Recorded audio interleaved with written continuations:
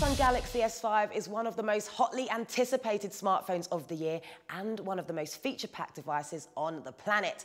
Now, Galaxy smartphones are known for going big when it comes to screens, specs and software tricks, and the S5 is no different. But the small stuff can be just as exciting as those headline features, and that's exactly what Samsung needs to get right if it wants to be the best. Now, if there's one obvious way that Samsung still trails behind its rivals, it's in the design department. So Samsung's chucked in a dimpled polycarbonate back panel and metal look ridges, making this the grippiest Galaxy yet. And while some may be fans of its styling, next to the impressively engineered LG G2 and HTC One M8, it looks a generation behind. That back also vibrates fairly vigorously when you crank up the volume, which isn't something you'd expect from a high-end flagship. But there is function to this form. The S5 is IP67 certified, so waterproof to a depth of 1 metre for up to 30 minutes.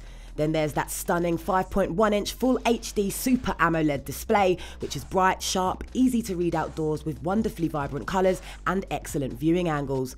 And Samsung's Adapt display setting automatically switches mode depending on what you're doing, so dynamic mode to make home and lock screens really pop, and cinema mode for more natural shades for movies.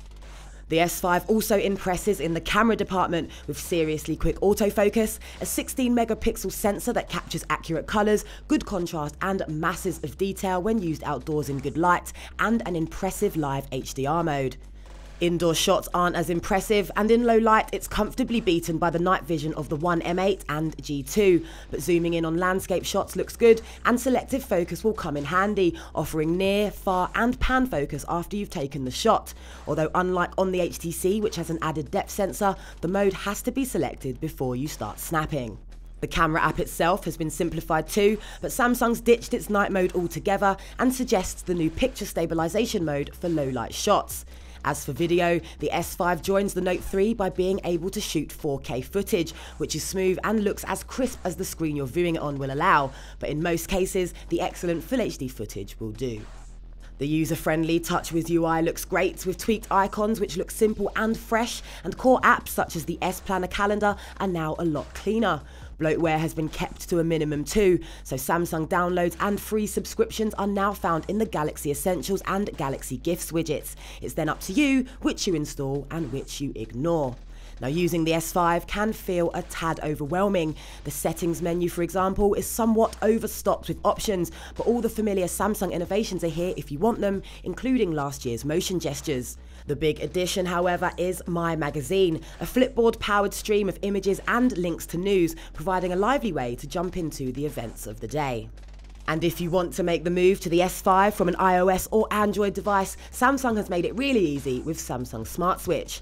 Now, fitness is obviously part of Samsung's big picture, so heart rate tracking has been added to the redesigned S Health app, which already boasts a pedometer, exercise and food tracking sections. And it's quick to take readings too, requiring only a finger press to the sensor, and it's very, very accurate.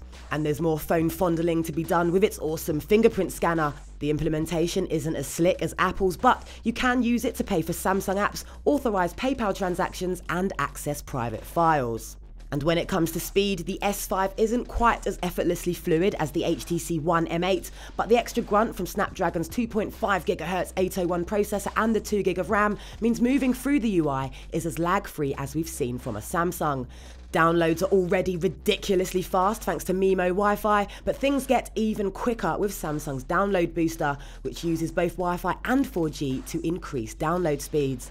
And finally, battery life on the S5 is strong, lasting till the end of the day. And the new Ultra Power Saving mode, which limits the phone to a small selection of apps and changes the screen to grayscale, will come in handy. That's enough to see 30% of battery last 3 days, while 4% will get you half an hour before conking out.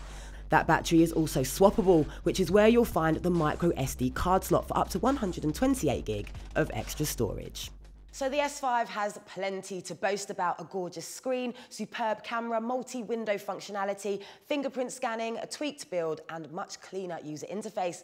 And while it does everything you'd expect from a 2014 flagship, it doesn't quite go above and beyond to the same extent as the HTC One M8, which is a lot slicker and a lot more stylish. Now, if you are a Samsung fan, there's no reason to be disappointed. The S5 is only inches away from greatness. The only problem is its competitors are a lot closer.